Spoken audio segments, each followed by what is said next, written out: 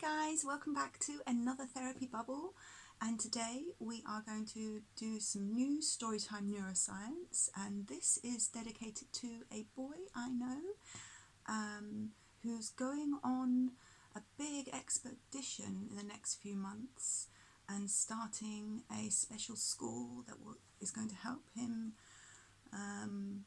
come to terms with all things of looking after himself and getting ready for life and finding out what needs there are and how to make skills for them.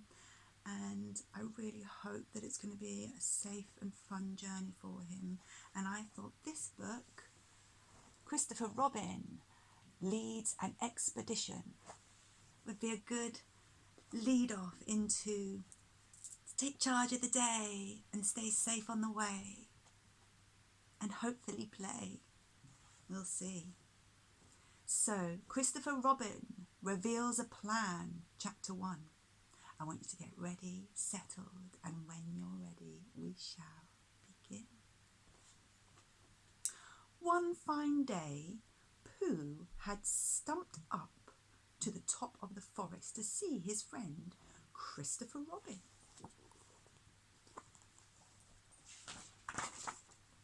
Christopher Robin was sitting outside his door, putting on his big boots. As soon as he saw the big boots, Pooh knew that an adventure was going to happen. He brushed the honey off his nose and spruced himself up so as to look ready for anything. "Good morning," Pooh called out.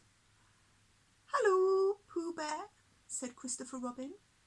"I can't get this boot on. Do you think you could lean against me?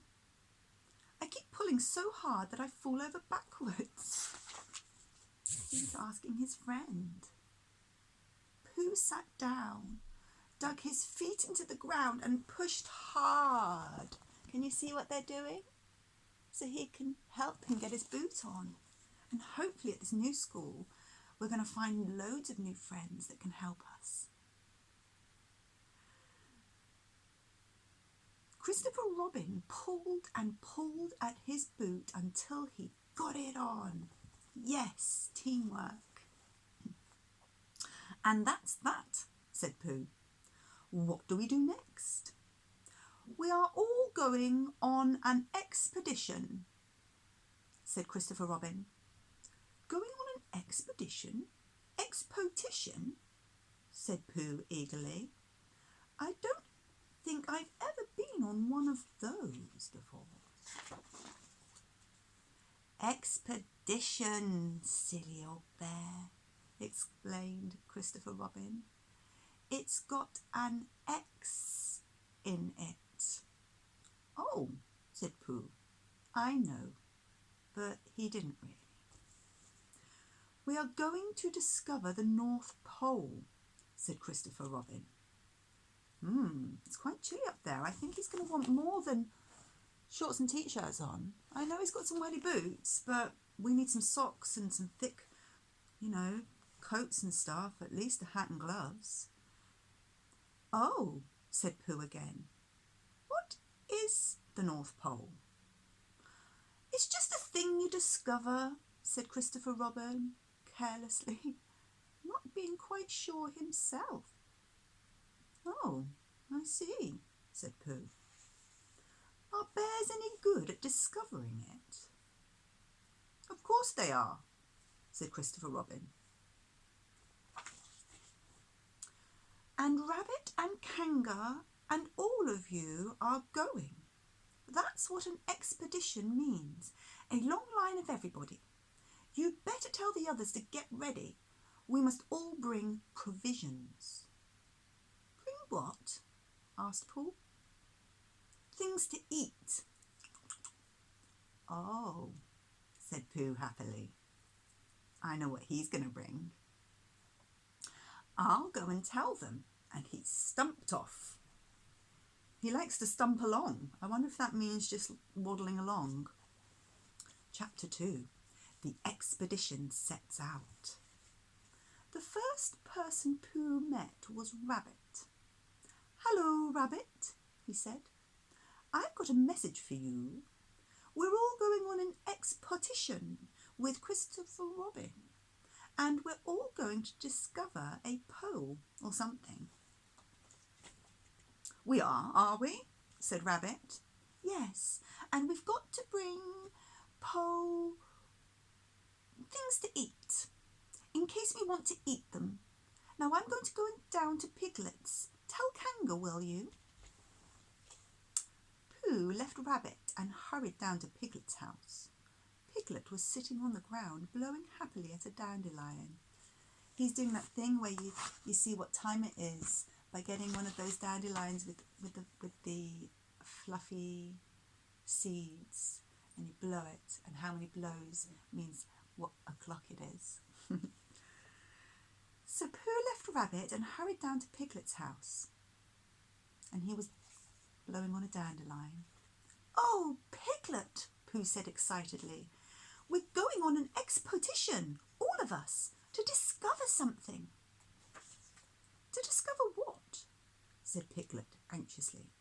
"Oh, just something. Nothing fierce. Christopher Robin didn't say anything about fierce," said Pooh. "Just said it had an X in it." "It isn't their necks I mind," said Piglet earnestly. "It's their teeth. But if Christopher Robin is coming, I don't mind anything." In a little while they were already at the top of the forest. First came Christopher Robin and Rabbit,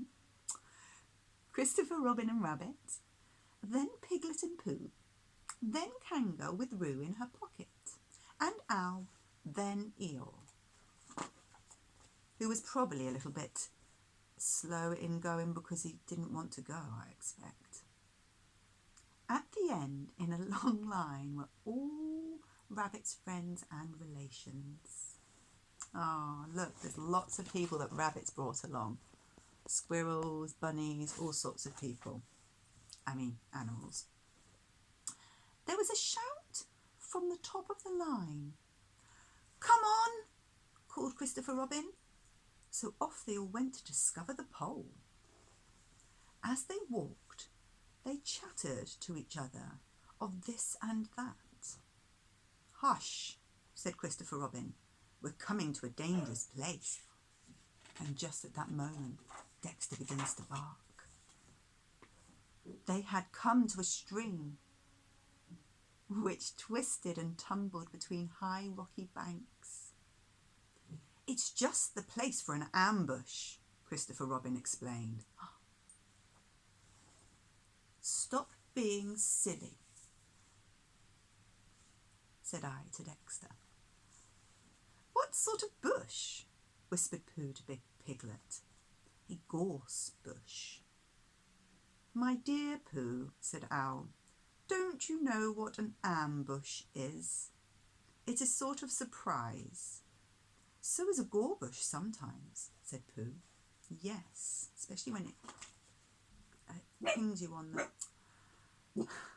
Dexter, come here. Come here. Come here. Come on. Come here. Come here. Here. Here. Right, now lay down. Lay down. Lay down. And let's listen to the story, okay? Because this is for your friend, isn't it? You see you have a whoop. So, Dexter's ready for the expedition. "If people jump out at you suddenly, that's an ambush," said Owl. Pooh said that a gorse bush had sprung at him suddenly one day when he fell out of a tree. They were climbing up the stream now, going from rock to rock. Hope no one slips and gets a bath. After they had gone a little way, they came to a place where the banks widened out to a level strip of grass. "Halt!" called Christopher Robin and Dexter. "I think we ought to eat all our provisions now, so that we won't have so much to carry. Have you all got something?" "Let's see." all except me, said Eeyore. As usual. He looked round them. I suppose none of you are sitting on a thistle by any chance? I believe I am, said Pooh. Ow! He got up and looked behind him. Yes, I was. I thought so. Thank you, Pooh, said Eeyore. If you've quite finished with it. He moved across to Pooh's place and began to eat the thistle. Oh, he likes spicy lunch. As soon as he had finished his lunch, his spicy lunch, Christopher Robin didn't have a spicy lunch, that was Eeyore. Christopher Robin whispered to Rabbit, and they walked a little way up the stream together. What were they whispering about? I didn't want the others to hear, said Christopher Robin. Quite so, said Rabbit. I wondered, it's only, began Christopher Robin. Rabbit, what does the North Pole look like? I did know once, only I've forgotten. It's a funny thing, said Rabbit, but I've forgotten too. I suppose it's just a pole stuck in the ground, said Christopher Robin. And if it's a pole, said Rabbit, it would be sticking in the ground because there'd be nowhere else to stick it. The only thing is, where is it sticking? Roo goes for a swim. They went back to the others. Piglet was lying on his back, sleeping peacefully. Roo was washing his face and paws in the stream, which is very good to do after you've eaten your lunch because then you stay nice and clean and not sticky. And then you don't get all your books and toys sticky. And what are they called? Pokemon cards. Kanga proudly explained that this was the first time Roo had ever washed his face himself. Wowee! So he learnt a new thing on this expedition. I don't hold with all this washing, said Eeyore. What do you think, Pooh? Well, said Pooh, I think. There came a sudden squeak from Roo, a splash and a loud cry of alarm from Kanga. Ah! I think Roo's gone for a dip. Roo fell in, cried Rabbit. He and Christopher Robin came rushing down to the rescue. Look at me swimming, squeaked Roo from the middle of the pool. Are you all right, Roo dear? Called Kanga anxiously. Yes, said Roo. Look at me and down he went over a waterfall into another pool. Wow! That sounds like going to the swimming rides when you go on the slides. Everyone was doing something to help. Piglet was jumping up and down and making ooh, I say noises. That's very helpful. Owl was explaining that the important thing was to keep the head above water. Again, super unhelpful. Eeyore had turned round and hung his tail over the first pool. Quite helpful. Catch on to my tail, little Roo, he said, and you'll be all right. Get something across the stream, lower down, called Rabbit. But Pooh was already getting something. 2 pools below Roo, he was standing with a long pole in his hands, ready to catch him. Kanga came up and between them they held it across the lower part of the pool. Roo drifted up against it and climbed out. Pooh, did you see me swimming? Squeaked Roo. That's called swimming, what I was doing. Rabbit, did you see what I was doing? Swimming. Hello, Piglet. What do you think I was doing? Swimming. Christopher Robin, did you see me? But Christopher Robin wasn't listening. He was looking at Pooh. Roo is so excited that he got to learn to swim. And he wouldn't have done that if he hadn't gone on this expedition. And his mum was really worried about him, but she needn't have been because he was able to swim. Chapter 4. Pooh gets some recognition. Maybe he'll get a prize or a badge or something, or a sash with his name on. Pooh, said Christopher Robin, where did you find that pole? Pooh looked at the pole in his hands. I just found it, he said. I thought it ought to be useful. Pooh, said Christopher Robin solemnly, the expedition is over. You have found the North Pole. Oh, said Pooh. Eeyore was sitting with his tail in the water when they all got back to him. Here I am, squeaked Roo. Eeyore took his tail out of the water and swished it from side to side. As I expected, he said. Lost all feeling, numbed it. Poor old Eeyore. I'll dry it for you, said Christopher Robin, taking out his handkerchief.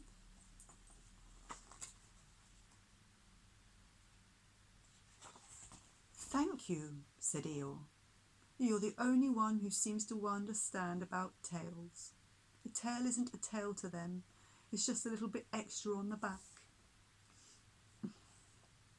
Some people don't understand what it is to live with things that others don't have, and they're not empathic.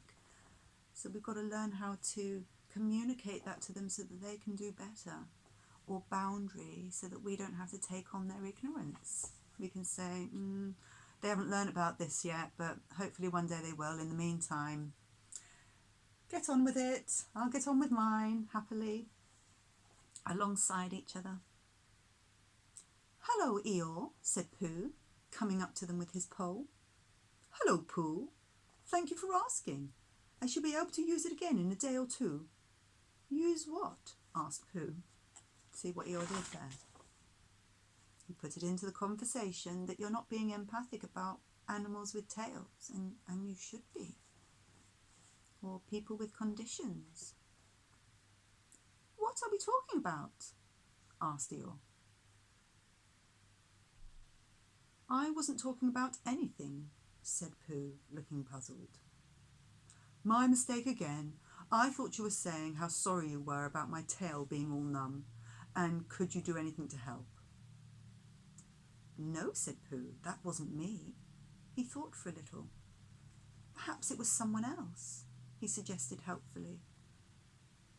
Well, thank him for me when you see him. Pooh looked anxiously at Christopher Robin. Who's found the North Pole? Said Christopher Robin. Isn't that lovely? Changing the subject. Pooh looked modestly down. They stuck the pole in the ground, and Christopher Robin tied a message to it. North Pole, discovered by Pooh. Pooh found it. Wow. So they gave the recognition to Pooh Bear. And as a group, they had a great time and learned some lessons as well, because they're all thinking, gosh, I would like to look after Eeyore a little bit better, now knowing that he has tail issues. Then they all went home again. Roo had a hot bath and went straight to bed. Pooh went back to his own house and, feeling very proud of what he had done, had a little of something to revive himself. And can you guess what it was? Jar of honey. So I want you to go off on your expedition and feel brave and ready to communicate and use your skills that you've learnt and create boundaries and safeties that you know how to do, just like you did with me. And you can tell people off, or you can give them what you need to say because they haven't understood, and make some friends and enjoy it for an expedition. And we're going to see you soon. So much love for now, and I will speak to you soon. Bye. Say bye. Bye, Dexter. Bye. See you soon. I'm going to do some more tricks for you, and you can give me treats. If I bark at people, I won't get one, but if I don't, I will get one from you. but you always give me like 10, so you're like my best pal. Thanks very much. And lots of hugs and cuddles for Mummy. I'll see you again soon too. Bye.